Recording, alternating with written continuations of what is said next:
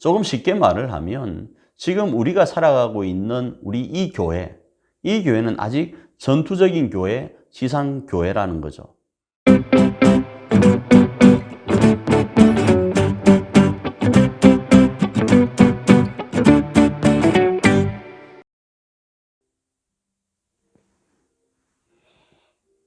샬롬, 한 주간 어떻게 지내셨습니까? 목사 원망 많이 하면서 지내지 않았는지 걱정도 됩니다. 또 강의를 들으면서 좀 어렵다, 생경한 단어다. 생경이란 단어도 좀 더 생소하죠, 그죠? 그래서 생소한 단어다, 그렇게 생각하기도 하면서 때로는 또 은혜가 된다, 도전이 된다, 미처 내가 생각하지 못했던 것을 알게 되었다, 이러면서 복잡한 심정으로 보내지 않았나, 그렇게 생각이 되어집니다. 그래서 이륜 자전거 양육법입니다. 자전거를 배우기까지는 조금 수고해야 됩니다. 세 발짜리 자전거는 쉽잖아요. 그래서 신앙을 처음 시작할 때는 세 발짜리 자전거 양육법이라 이렇게 붙일 수 있지만, 우리가 이 자전거의 목적을 가지고 조금 더 빨리 가고 조금 더 편리하기 위해서는 조금 반복적으로 배우는 시간이, 연습하는 시간이 있어야 되지 않나, 이런 생각을 합니다. 어찌되었든 여러분, 멈추면 넘어집니다.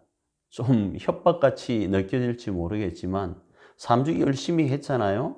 그러니까 이제 얼마 안 남았습니다. 이번 주부터는 조금 또 다른 각도에서 말씀을 살펴보려고 하니까 멈추지 마시고 페달을 밟아갈 수 있기를 바랍니다. 우리 첫 번째 챕터 부분을 조금 다시 한번 복습을 하면요, 첫 번째 챕터는 성경적 세계관에 대한 이야기였습니다. 성경적 세계관이 뭔고 하면, 제가 성경과 그 다음 세계와 관을 나누어서 설명을 드렸죠. 그래서 성경적이라고 할 때는 그 성경의 핵심이 뭔가 하면 하나님의 사랑이다, 이렇게 말씀을 드렸습니다.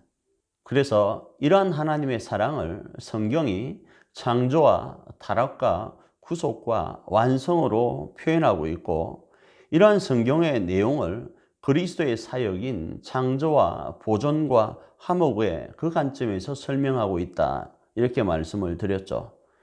그리고 세계가 무엇인가 하면, 세계는 하나님이 지으신 모든 만물입니다. 그리고 하나님께서 자신의 형상으로 지으신 인간에게 위임하면서 창출하게 하신 모든 것이죠. 하나님이 만드신 것이니까 천사와 인간과 자연은 하나님이 만드셨으니까 이 세계 안에 포함이 되겠죠. 그리고 문화와 사회라는 이 부분은 하나님이 자신의 형상으로 창조하신 인간에게 위임하신 겁니다. 그래서 이 인간이 하나님이 주신 그 지혜를 가지고, 창의성을 가지고 창출해 나가는 거죠.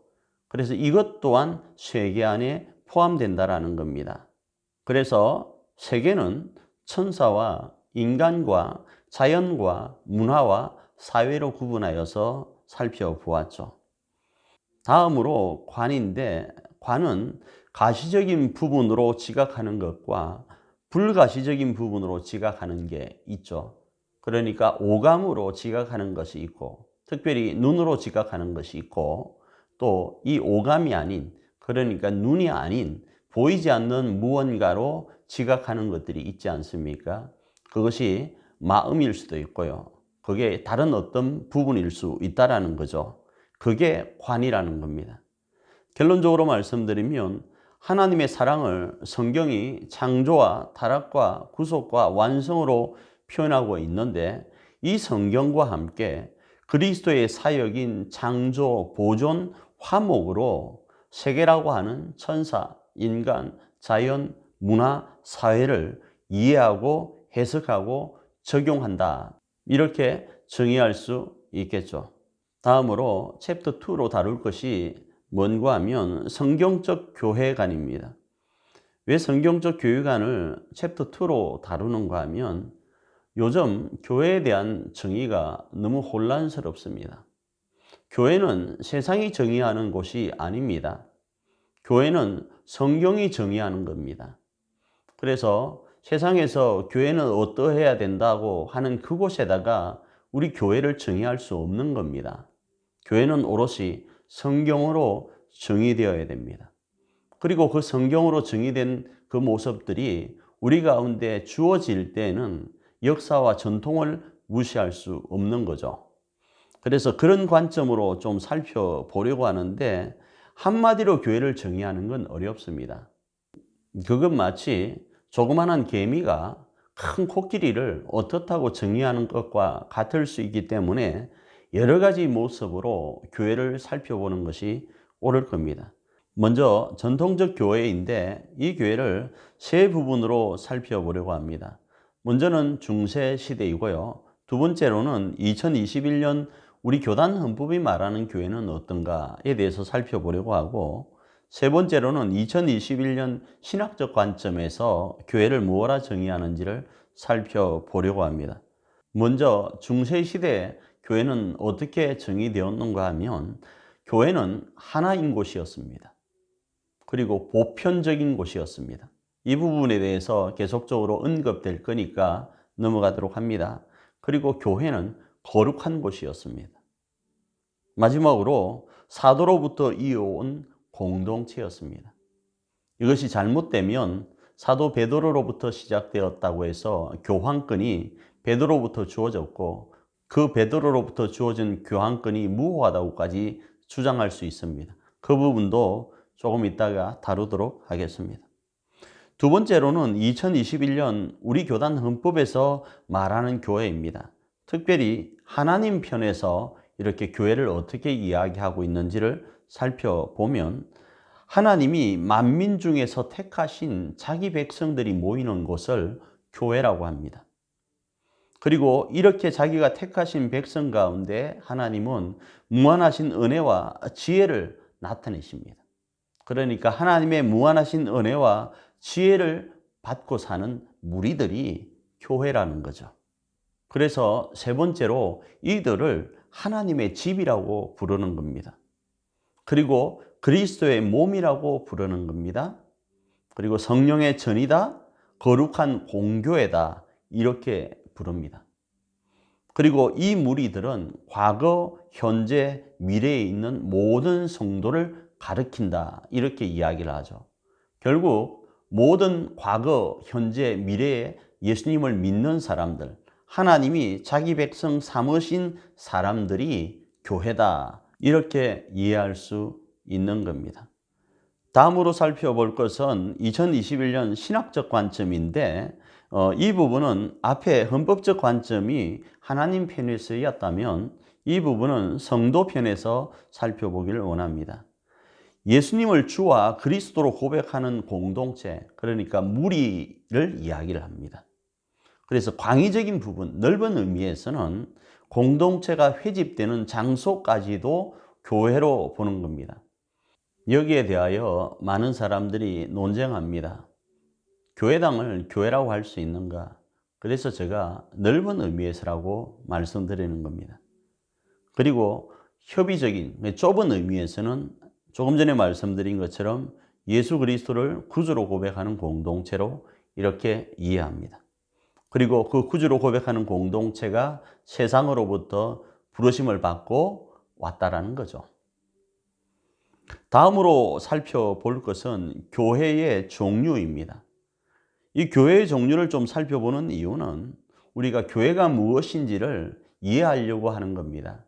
그래서 또 목사님 너무 어려워요. 우리가 접하지 않던 단어입니다. 이렇게 이해할 수 있는데 죄송한데 이거 세례교육 받을 때 다 다루었던 부분입니다. 세례받은 지가 너무 오래되다 보니까 잘 모를 수 있지만요. 그런데 이 부분을 다루다 보면 교회에 대한 부분이 이렇게 잡힐 거예요. 교회 종류에 대한 부분입니다. 교회 종류를 저는 지상교회와 천상교회, 유형교회와 무형교회로 나누어서 말씀을 살펴보려고 합니다. 첫째, 지상교회와 천상교회인데 지상교회는 전투적 교회입니다. 그래서 이 땅에서 구원을 이루어가는 교회입니다. 천상교회는 승리한 교회로서 하늘에서 승리의 찬송을 부르는 교회입니다. 그렇지만 이 지상교회와 천상교회는 그리스도 안에서 하나입니다. 조금 쉽게 말을 하면 지금 우리가 살아가고 있는 우리 이 교회는 아직 전투적인 교회, 지상교회라는 거죠. 그리고 우리가 바라보고 소망하는 그 교회가 천상교회이고 승리한 교회라고 이해하면 되겠습니다.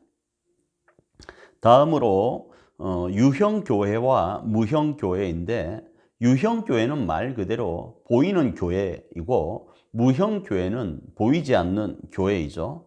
그래서 유형교회는 참 신앙을 고백하는 자들의 공동체입니다. 그래서 이 교회는 교회 요소를 갖추고 있는 교회이기 때문에 육안으로 식별 가능한 곳입니다. 그러나 무형교회는 하나님의 택하심을 받은 성도들의 공동체이다 보니까 불가시적인 공동체인 거죠.